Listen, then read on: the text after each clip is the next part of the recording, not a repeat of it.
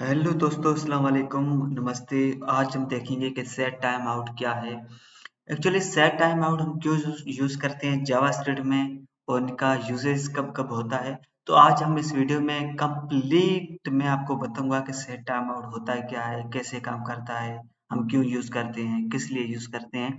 तो complete video है। आप यूट्यूब पे अगर देखेंगे तो यूट्यूब पे इस तरह का आपको वीडियो नहीं मिलेगा, क्योंकि इसमें कंप्लीट डिस्कशन आपको करके मैं बताऊंगा कि सेट टाइम आउट होता क्या है। सपोज हमसे सबसे पहले सेट टाइम आउट की जो ये डेफिनेशन है ये देख लेते हैं। डेफिनेशन क्या है कि the set time out function, सबसे पहले क्या आपको पता होगा ये फंक्शन है, is a native JavaScript function.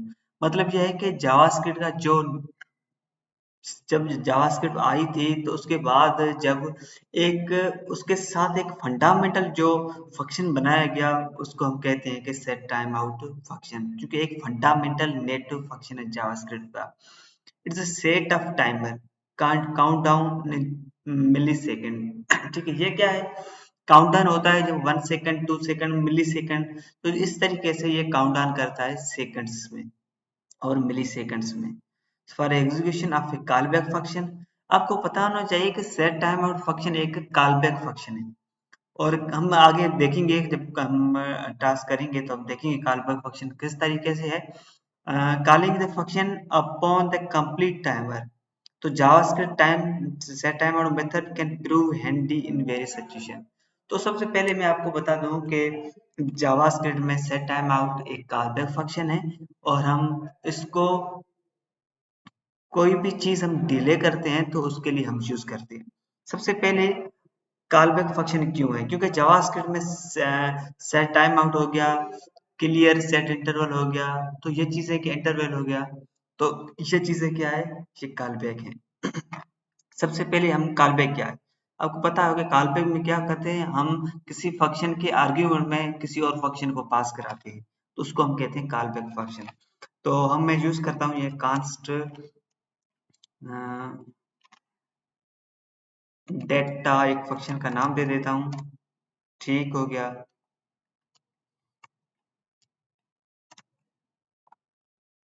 ठीक हो गया। तो ये क्या कर, देखें फंक्शन हम किस तरीके से बनाते हैं, ये है फंक्शन लिखने का तरीका। ठीक है, कंसोल डेटा लॉग। ठीक हो गया। इसको मैं कर देता हूँ हाय। ठीक है, और यहाँ मैं पास करा देता हूँ डेटा को इस तरीके से। ठीक हो गया। अब हम देखते हैं इसकी आउटपुट क्या आ रही है। हमारा जो वीडियो है ये लंबा होगा, लेकिन हम अच्छे तरीके से आपको समझाएंगे कि किस तरीके से काम करता है। देखते हैं। देखें, हाय आ गया। अब क्या है कि कॉलबैक ये सिंपल हमारा एक फंक्शन है। अब क्या है कॉलबैक, क्या कॉलबैक कैसे हम यूज करते हैं, किसी फंक्शन के आर्ग्यूमेंट में हम पास करते हैं किसी और फंक्शन को। सपोज के मैं यहाँ हम एक सेट टाइम आउट लगाते हैं। सेट टाइम आउट क्या एक फंक्शन है, सेट टाइम आउट। ठीक हो गया। Set time out. अब मैं क्या करता हूँ, ये सेट टाइम आउट क्या है, ये एक फंक्शन है, इनका ये आर्ग्यूमेंट है। ठीक है, इस आर्ग्यूमेंट में इस फंक्शन को मैं पास करा देता हूँ। ठीक है, डेटा को मैंने डेटा को पास कर दिया। ठीक है, पास कर दिया, और यहाँ मैंने दे दिया टाइम 1। देखें, देख रहे हैं ये हाय आया है। अब आप देख सकते हैं कि ये इस तरीके से क्यों आया है। क्यों? वो इसलिए कि अगर हम इस फंक्शन को इस तरीके से नहीं लिख पाएंगे। अब हम देखते हैं, ये जो डेटा है इसको मैंने दोबारा कॉल कर दिया था। ठीक है, अब देखें यहाँ आ गया। मैं चाहता हूं कि 5 सेकंड के बाद आए, लेकिन ये बार बार आ रहा है। क्यों आ रहा है? क्योंकि आपको पता है कोड कैसे रन होता है। कोड इस तरीके से रन होता है कि जो सबसे पहले top to bottom code run होता है।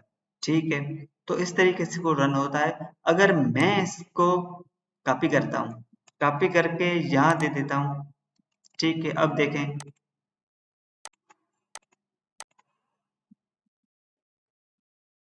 लेकिन कंसोल लॉग हाय सही दिया है। ठीक है, ये सही हो गया। अब हम क्या करते हैं, देखें, ये हमारे पास एक डेटा है, ये एक फंक्शन है। मैं टाइमर क्या देता हूँ, 5 सेकंड दे देता हूँ। ठीक है, ये मैंने 5 सेकंड दे दिया। ठीक है, अब देखें, ये 5 सेकंड के बाद होगा। देखें, हाई हो गया। क्यों? क्योंकि ये सेट टाइमर एक फंक्शन है, उसकी आर्ग्यूमेंट में किसी और फंक्शन को हम पास करें एज ए आर्ग्यूमेंट, तो फिर क्या, ये कॉल बैक भी हो गया और ये सेट टाइम आउट इस तरीके से काम करता है। क्यों? क्योंकि ये एक फंक्शन है सिंपल, इसको हमने एज ए आर्ग्यूमेंट किसी और फंक्शन में, मतलब सेट टाइम आउट में हमने इसको कॉल किया है। तो अब देखें, ये काम कर रहा है इस तरीके से सेट टाइम आउट काम करता है। अब देखें, सपोज मैं क्या करता हूँ, कांस्ट आउटपुट, ठीक है, और यहाँ मैं दे देता हूँ कुछ भी नहीं। अगर मैं कुछ भी नहीं देता हूँ, अगर इस फंक्शन को मैं कॉल कराऊंगा, तो आउटपुट क्या आएगी, आपको पता होना चाहिए, कंसोल लॉग आउटपुट। ठीक है, इसको मैं फिलहाल कमेंट कर देता हूँ। अब जीरो आएगी आउटपुट। देखें, जीरो जीरो क्यों आएगी, क्योंकि ये जो है ना सेट टाइम आउट, ये किसी भी चीज को कॉल नहीं करा रहा है। इसमें कि दो नेटिव आर्ग्यूमेंट्स होते हैं। कैसे? सपोज मैं क्या करता हूँ इसको, ठीक है, अब देखें, क्या है, सेट टाइम आउट एक फंक्शन है और फंक्शन के अंदर क्या है, नेटिव कोड है। ठीक है, तो हमने नेटिव कोड तो पास किया नहीं है। अब अगर अब हम अब चाहते हैं कि इसको नेटिव कोड पास करें, तो किस तरीके से करेंगे, सपोज ये, ठीक है, मैं क्या कर लेता हूँ, इसमें एक फंक्शन लेता हूँ। मैंने ये फंक्शन किस तरीके से होता है, सपोज मैं इस तरीके से लेता हूँ। ठीक है, फंक्शन मैंने ले लिया। अब मैं क्या करता हूँ, यहाँ पे मैंने ये ले लिया, ये एक फंक्शन हो गया, और यहाँ मैं कुछ भी नहीं देता हूँ। अगर मैं कुछ भी नहीं देता हूँ, तो आप देखें, वन शो कर रहा है। वन क्यों शो कर रहा है, क्यों? क्योंकि जब सेट टाइम आउट में हम अगर टाइम नहीं देते हैं, तो automatically by default 1 second count करता है। ठीक है, सपोज मैं यहाँ देता हूँ 1। ठीक है, अब देखें, सही आ रहा है। अगर मैं यहाँ 0 देता हूँ, तो 0 देंगे तो फिर भी 1 शो होगा। देखें, 1 शो हो रहा है। क्यों? क्योंकि सेट टाइम आउट जो होता है, वो बाय डिफॉल्ट 1 सेकेंड होता है, 0 नहीं होता है। क्योंकि ये डिले करता है वन आफ्टर 1 सेकेंड। अब आपको समझ में आ गया। और हम एक और टास्क कर लेते हैं। सपोज हमारे पास एक, मैं कंसोल कर रहा हूँ दो चीजों में, ठीक है, कंसोल डॉट लॉग, यहाँ लिखता हूँ आउटपुट 1। ठीक है, और यहाँ मैं एक और कंसोल डॉट लॉग, यहाँ लिखता हूँ मैं आउटपुट 2। ठीक हो गया। और मैं क्या करता हूँ, यहाँ पे एक और दे देता हूँ, console dot, sorry sorry, output 3। ठीक हो गया।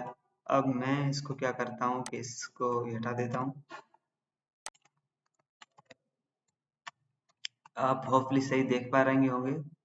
ठीक है, मैंने सबसे पहले ये कंसोल दिया है, उसके बाद ये सेट आर्मर्ड फंक्शन दिया है, उसके बाद मैंने कंसोल आउटपुट 3 किया है, 1 2 3। अब देखते हैं इसकी आउटपुट क्या आती है।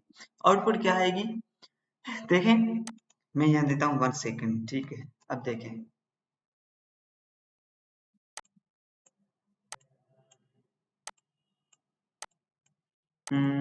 देखें, 1 3 2 क्यों आ रही है, क्योंकि पहले तो ये आ गई, फिर 3 आ गई ऑटोमेटिकली। क्योंकि जावास्क्रिप्ट क्या होता है, एसिंक्रोनस लैंग्वेज नहीं है। क्योंकि जावास्क्रिप्ट सिंक्रोनस लैंग्वेज है, उनमें हम एसिंक्रोनस टास्क परफॉर्म करने के लिए हम कॉल बैक भी यूज करते हैं, कॉल बैक और प्रॉमिस यूज करते हैं हम एसिंक्रोनस टास्क को परफॉर्म करने के लिए। ठीक है, अब ये क्या है, यह एक set time out asynchronous task perform हो रहा है। कॉल बैक फंक्शन है, हमेशा यूज होती हैं और सिंक्रोनस टास्क परफॉर्म करने के लिए। अब आप देख रहे हैं 1 3 2, वैसे तो यही आना चाहिए कि 1 2 3 आना चाहिए, लेकिन ये क्या है, 1 सेकेंड। अब मैं यह करता हूँ 0। अब आप सोचें आउटपुट क्या होगी, अब आउटपुट क्या ये होगी, 1 2 3 होगी, या 1 3 2 होगी, किस तरीके से होगी। अगर मैंने 0 यहाँ दे दिया है, तो आपको पता होना चाहिए कि, देखें, सेम आ रही है, रिजल्ट सेम इसलिए आ रही है क्योंकि 0 जो है ये कंसिडर नहीं करता है। क्योंकि यहाँ बाय डिफॉल्ट 1 सेकंड है। जब हम लिखते हैं 1 सेकंड नहीं लिखते हैं कुछ भी, फिर भी देखें यहाँ मैं कुछ भी मैंने नहीं दिया है, देखें फिर भी ये आउटपुट 132 आ रहा है। क्यों? क्योंकि 1 सेकंड फिर भी डिले कर रहा है। इसलिए डिले कर रहा है क्योंकि जो by default set time out का फंक्शन टाइम है वो है 1 सेकंड। सपोज मैं इसको हटा देता हूँ, ठीक हो गया। अब देखें ये आ रहा है 2, लेकिन इस तरीके से मतलब हम मैं पता नहीं चल रहा है कि 2 क्यों आ रहा है, क्योंकि बाय डिफॉल्ट इसका 1 सेकंड है तो ये 2 शो कर रहा है। तो सेट टाइम आउट इसके लिए हम यूज करते हैं। इसका मतलब बहुत ही ज्यादा जो है ना काम आता है ये फंक्शनलिटी में, क्योंकि जब भी हमें जरूरत होती है किसी चीज को डिले कराने में तो सेट टाइम आउट ही काम आता है। तो दोस्तों मुझे उम्मीद है आपको समझ में आ गया होगा कि सेट टाइम आउट किस तरीके से काम करता है। अगर आपको समझ में आ गया है तो प्लीज मेरे चैनल को सब्सक्राइब जरूर करें। Thanks for watching.